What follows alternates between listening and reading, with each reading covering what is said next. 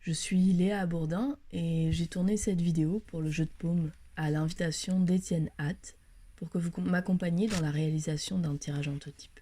Alors je vais d'abord vous expliquer pourquoi j'ai choisi l'entotype. En fait, en 2012, c'était la fin du monde selon le calendrier Maya. Et c'est ce qui m'a fait me pencher sur les survivalistes, des gens qui passent leur vie à se préparer à survivre. J'y voyais quelque chose de l'ordre de l'acte poétique.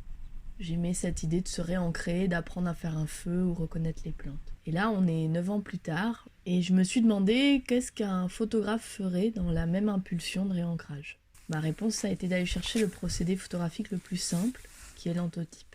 Tout commence par une phase de cueillette.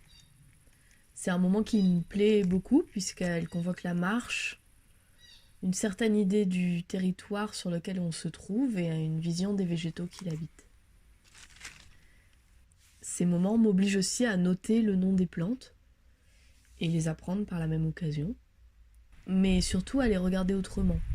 Ce ne sont plus de bonnes ou de mauvaises herbes, mais une réserve de choix, de couleurs et d'images possibles. Une fois rentré à l'atelier, on va broyer les végétaux pour en tirer la chlorophylle.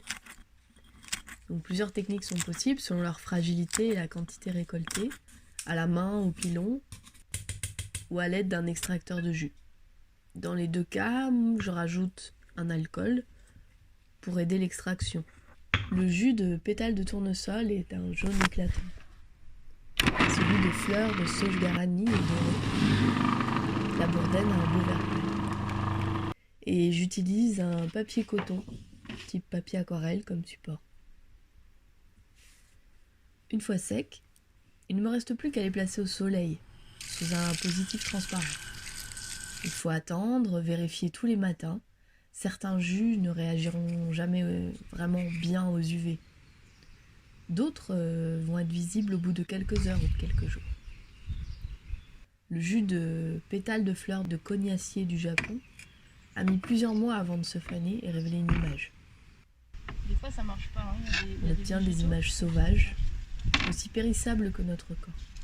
Je trouve intéressant de se poser cette question de la périssabilité du plus apparemment persistant.